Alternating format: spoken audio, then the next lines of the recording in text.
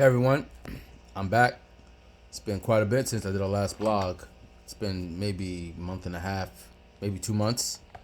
So this is like kind of like the 1 year anniversary blog. I know my first blog that I made about my health journey was last February, like around the end of February. But I had started January of 2023 making changes. So a year from now, I'm keeping my weight stable. I'm between 163 and 168. I'm kind of hovering around there. Uh, my cholesterol is normal. My blood pressure is holding steady. Um, my diabetes is in check. I'm hovering between that high end of normal for my A1C and like beginning of pre-diabetic range. So bottom line is, I'm eating better and I'm keeping my running up and just trying to live an overall healthier lifestyle, and it's definitely made a difference. I feel a lot more settled now. Um, Even when I went away to Montreal for the week, I allowed myself to have some things and still made time to exercise. And maybe when I came back, I might have put on 2 pounds, but like that's kind of like the ebb and flow of maintenance.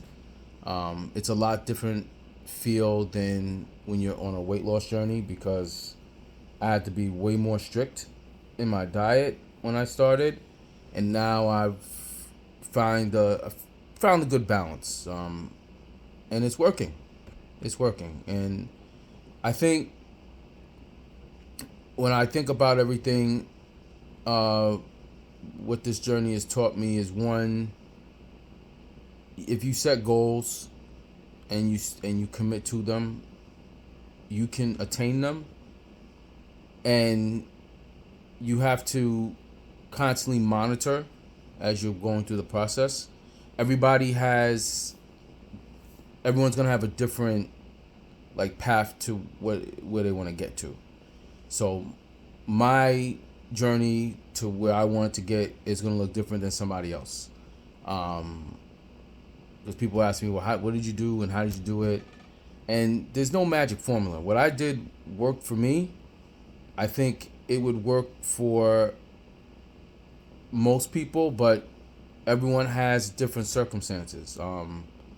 Obviously, I have a lot more time that I could dedicate to exercise and running and doing those things because, besides work, it's just me. I don't have children. I don't have any other major responsibilities when I come home, and I'm able to kind of manage my time that way. I mean, I do a lot of work. I tutor.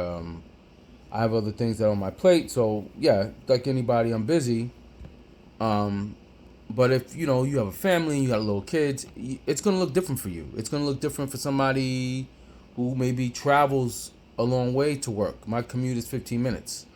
So I think the bottom line is you have to look at your situation and figure out what can you manage. How can you manage it best for you?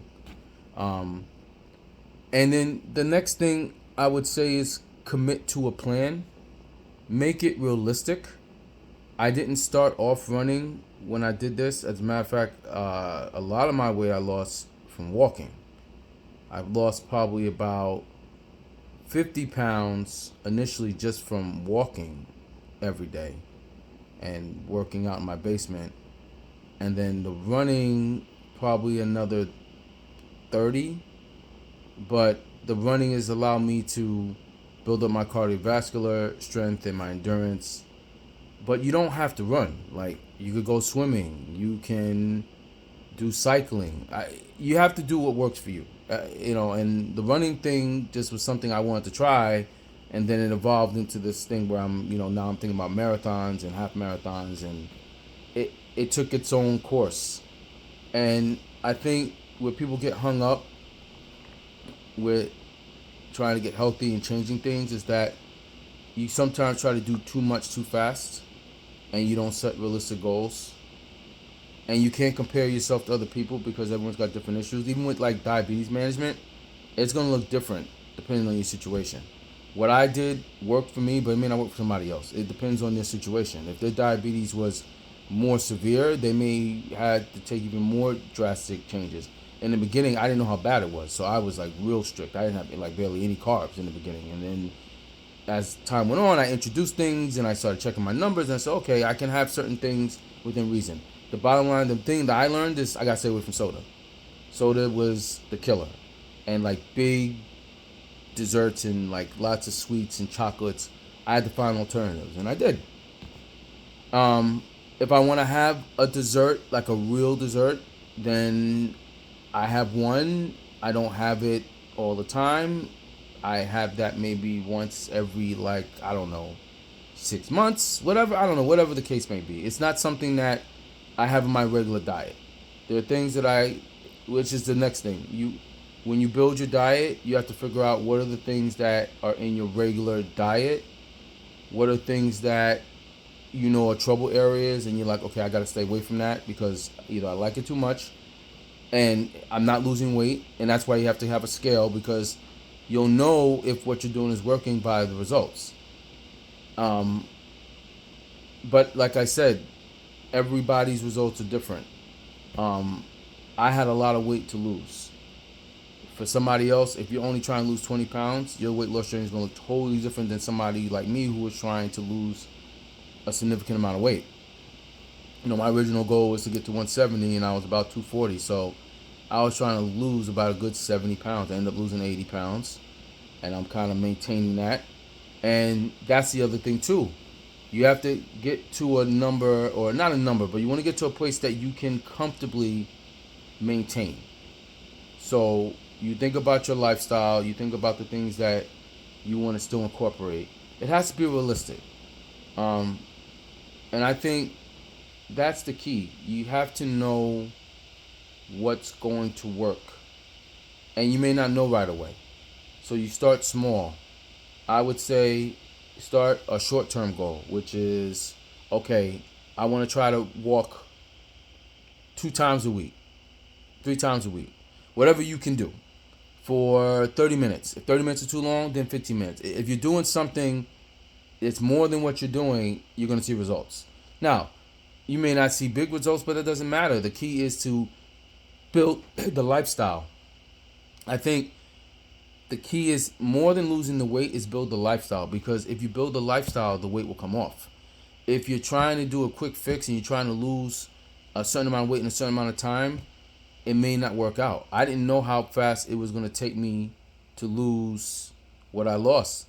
I just kept plugging away. I ended up losing the weight a lot faster than I thought, which was a nice surprise. But that doesn't matter, because if you don't build the lifestyle, you end up gaining it back. So that's the thing. You have to build the lifestyle, and you start with short-term goals. Then once you attain the short-term goals, you build the long-term goals. And what are those? That's, okay, maybe your diet. Like, what are the foods that I want to incorporate more in my diet? I want to have more veggies. What are some things I need to cut out more? Maybe I need to cut out more of the potatoes and the rice. And it doesn't mean you don't eat it at all, but maybe you look at how much you're eating and say, well, I'm going to cut my portion size down. I don't think everybody's situation is different. I'm not saying to lose weight you have to cut out carbs. For me, I tend to do better on a lower carb diet and maybe have more fat in my diet versus the other thing. It might be because I'm carb sensitive and I have diabetes in my family, so I tend to maybe keep on more weight when I have more carbs. The thing about carbs is that they absorb moisture. So if I have more carbs in a week, I tend to put on more weight because I'm probably holding more water weight. And then when I cut back, I lose the weight. So it just goes to, for me, that's what I figured out. And for other people, it's going to look differently. So you have to do some homework and figure out, what are my problem foods? What are my problem areas? And then you come up with a plan that makes sense. And then you talk over your plan with other people, and then you get, like, I think you need to have an accountability team or somebody to kind of like, well, maybe not a team, that might be too much, but someone you can talk to and say, hey, this is my weight this week, and it's like it holds you accountable. You pick a day where you weigh yourself. Don't weigh yourself every day because it's gonna fluctuate and you're gonna get frustrated.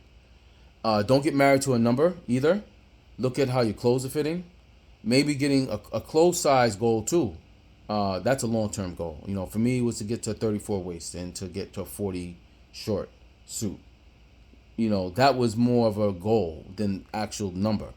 But I kind of knew, based on what I did before, what what my weight should be to be there. So that's why I knew what number it should be. But your body changes as you get older, so I kept that in mind. And I think the biggest thing is you have to figure out what's eating you.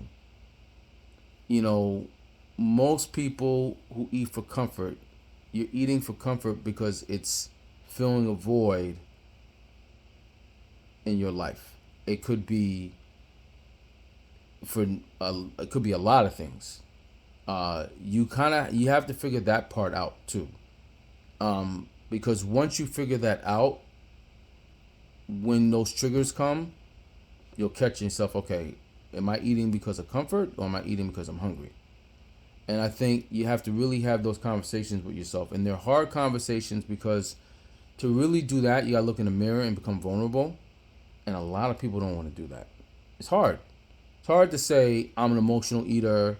I eat when I'm stressed.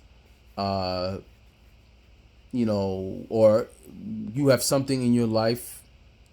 It could be sometimes bad relationship, work stress, could be, just midlife crisis. You're going through a change and you're going through a time in your life where you're like, what have I done? Depression is another one. Sometimes when we're happy, sometimes we associate celebration and food together. Food is a very social thing. And there's nothing wrong with having the things you enjoy, but a lot of people aren't honest about how much they're eating. And sometimes you don't even know it. Sometimes you're actually eating way more food than you need and you're not even checking yourself. I've done it. I do it with popcorn. Like, I know popcorn for me, I eat more popcorn than I probably should. Even now, I have to check myself. My saving grace is that I run a lot, so I'm able to burn it off. But every so often, I'm like, ooh, I'm having too much popcorn. I gotta chill. But I stay away from soda, and soda was like the death nail. So there's certain things I'm like, never again. I don't drink alcohol anymore. Never again. There's just certain things I don't mess with. For other people, that may not be their trigger. You have to figure out what those are. Write them down. Write down your goals, what you want to achieve, and you just work at it. You chip at it. Don't set unrealistic timelines on yourself, because if you don't reach them, then you're going to get disappointed and it's going to create that negative cycle. Stay positive. Stay active. And if you fall off the wagon or you get into a lull, figure out what you need to do differently. Sit down and say, okay, what's not working? What am I doing?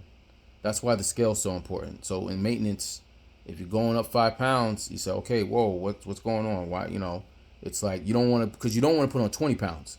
So that's why the 5 pound rule really works, because the 5 pound rule is like, wait, stop. What are we doing? Now, did you just go on vacation and you just ate a little too much and you're going to bounce back? Okay.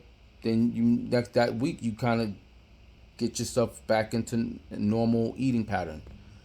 Even when I went away, the thing was when I came back home, I was ready to kind of eat the way I normally eat, because I like to eat now a certain way, but you can get caught up in that going out and it's comfortable, and if you don't like to cook, I would say get an air fryer, find 5 things you can make, and just stick with that.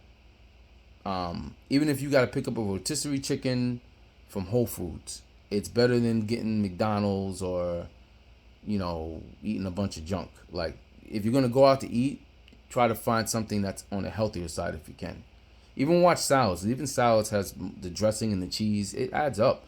So you got to just pay attention to what you're eating. Some people write a food journal. I don't do that. I just kind of monitor what I'm eating, but for some people it really works. Find what works for you. And like I said, keep, supporting each other out there. You can always reach out to me. People have come up and thank me for the videos that I'm doing, but honestly, like, I'm just sharing knowledge that was given to me, shared by my mom and by other people, things that I read up on. So just want to thank everybody for their support. And like I said, I know I have a health group where we chat and share ideas. If you want to join, it's like a little WhatsApp chat group. Just hit me up, and I can add you to it. It'll be great. The more people, the better.